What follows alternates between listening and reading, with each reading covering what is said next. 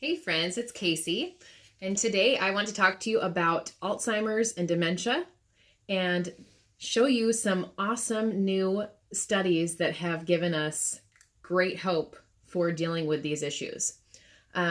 First of all, I want to share some stats because it's always good to know where we're at. So, as a country in the US alone, we currently have 5.7 million people diagnosed with Alzheimer's.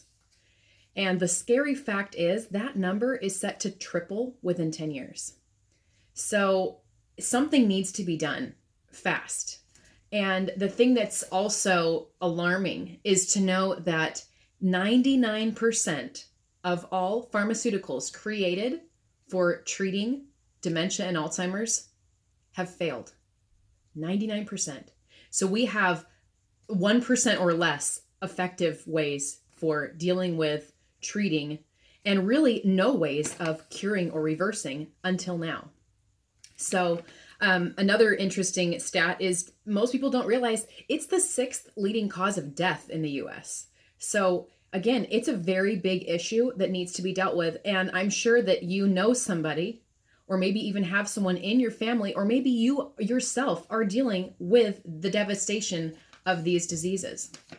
So I'm very excited to share with you some amazing new hope that was found through a doctor named Dale Bredesen, who has created 9 protocols for treating and or reversing dementia and Alzheimer's. So let me give you a background story first. So there was this woman who had been a nurse her entire life, and she'd retired, and at age 70, she was enjoying her life being a grandmother and doing things active like she always had, kayaking and walking and all these things, gardening. And she started having some memory issues, and she goes to the doctor and finds out that she has Alzheimer's. And for somebody that has been in the medical industry and watched the unfolding of this disease, it felt for her like a death sentence. She was so hopeless and devastated, she didn't even know what to do. And so her husband actually went to great length to try to find the most up-to-date current researcher on Alzheimer's, and was willing to try any even brand new study to see if that could help her. And she too was ready. So she went to LA and met with Dr. Bredesen and followed these 9 protocols. And one of the first things he actually did was, and I highly recommend this, if you know somebody or you yourself have been diagnosed with some form of dementia, you need to be tested to see if you've been exposed to toxic molds, because this was one of the things that was affecting her. And when she was tested, she had a severe infection, just like I previously did. So if you haven't already watched my previous video on could mold be making you sick, please check it out so you can evaluate that and see if you need to be tested. When they found this out, they realized that one of the reasons why she was having the memory loss was because of all this mold exposure she had had and the infection that she was carrying. And so when they were able to remove the mold and treat the infection, she started seeing progress. And when she coupled it with these 9 protocols, by the end, this woman, within less than a year, completely turned her health around and is in brilliant health and has no signs of dementia whatsoever. So this is awesome news. So first of all, like I said, get tested for mold if you haven't been and you have a dementia issue. Now let's talk about the protocols. So number 1, sleep. So again, this is something I have talked about countless times because sleep restores us. Sleep allows our body to detox. It allows recycling of cells. And during our sleep, we're fasting. So again, that just gives all that extra energy that usually goes to digesting during the day, and it gives it straight to the body for healing and repair. So sleep, you want to try to focus on getting 8 hours if you can. And the best way to do it is you want to have your going to bed time and your rising time within an hour every single night. So you need to figure out what that window is for you and start getting in this habit. So it may take you a week, 10 days to set this up and make your body go, okay, this is what we're doing. We're going to bed every day at this time. We're waking up at this time every day. But your body will love it because our bodies love schedule and routine. It actually is great for our health.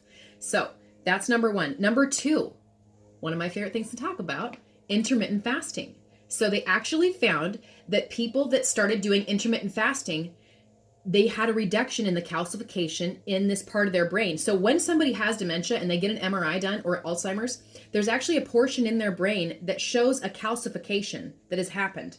And that's why they stop remembering things. That's why there's a lack of connection in these signals, because nothing can penetrate this calcification in this part of our brain.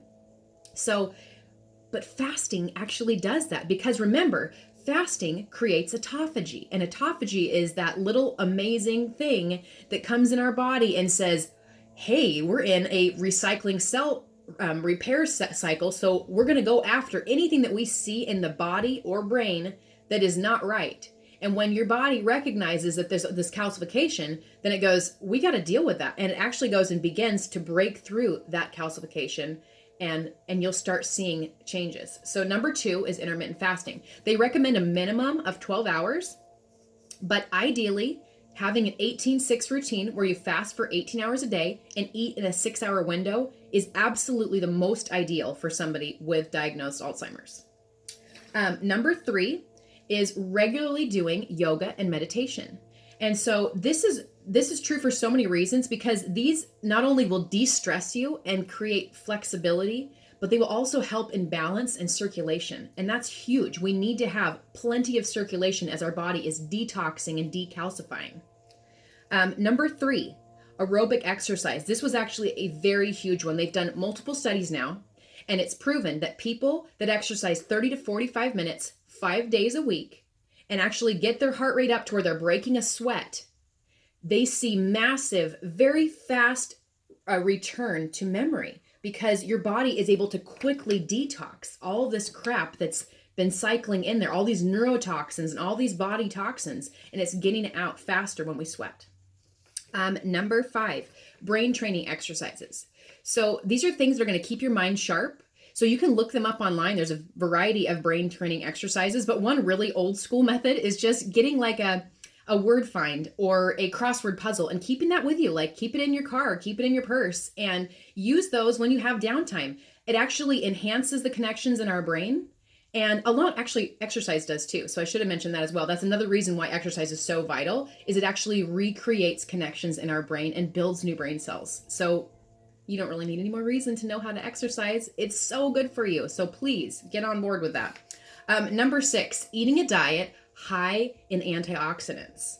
Another thing we've touched on before, because antioxidants are the only thing that can neutralize free radicals.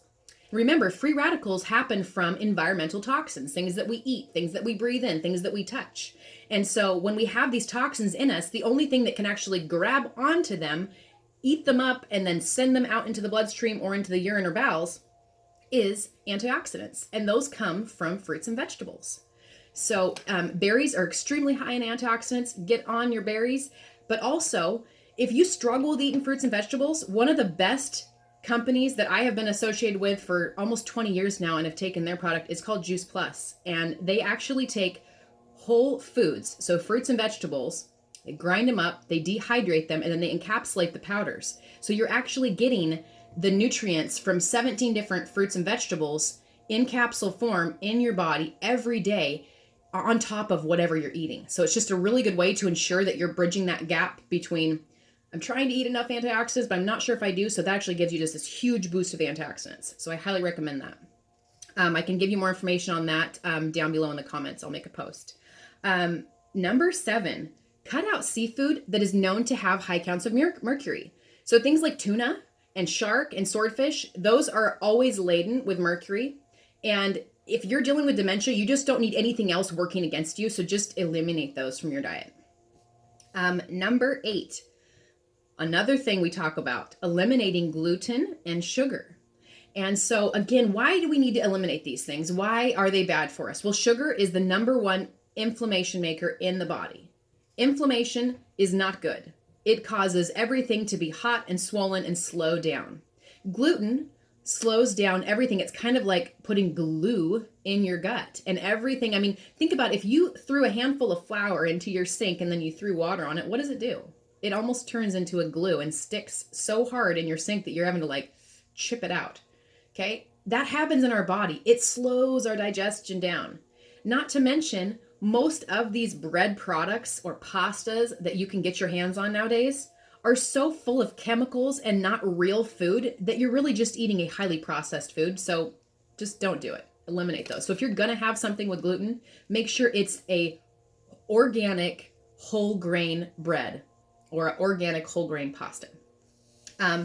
And then the last thing is just to drink plenty of water. And this seems like such a simple thing, but it's honestly one of those things that constantly gets overlooked, and people think, well, it's just water, I'll just drink something else instead. But honestly, our body needs plenty of it, especially as we detox. And you are detoxing. If you have Alzheimer's or dementia, you have so many toxins running loose, and you've got to get them under control. So you want to be able to give plenty of fluid so that those can get just cycled out as quick as possible. So I want to talk about things. So if you're not a person that has dementia or Alzheimer's and you want to prevent those from happening, let me talk to you about risk factors that will put you at a much higher risk for getting this. So on this list, we want to avoid these types of things because these things will make us very susceptible to getting a dementia issue. So number one, chronic stress. It's terrible for us. It literally, so that's another thing that creates those free radicals in our body. When we stress, free radicals just start breaking loose and running wild. Number two, a lack of exercise. Again, this is because we're meant to move. Our body is not meant to be stagnant and just sedentary. Number three, a lack of sleep. So again, be good about your sleep. Even if you're young and you feel like, gosh, I can run off of 4 hours, no problem. It's going to catch up to you. So watch your sleep. Four, if you are exposed to mold toxins. If you think there's any chance that you might be exposed to mold toxins in your home or in your work environment, please watch my video on Can Mold Be Making You Sick so you can know if you need to get tested for it. Number five, processed foods. Again, they're not real. They're just full of garbage that slow everything down, that calcify parts of our body, and just don't make us function efficiently. And lastly, sugar, which we've already talked about. So those are the things you want to avoid doing so that you do not have a high risk of getting any of these dementia or Alzheimer issues. I hope this was helpful. If you have further questions, please feel free to contact me or put them in the comments below and I will gladly write you back. Have an awesome day. And if you haven't already subscribed, please do so I can keep making videos for you. Thanks, guys.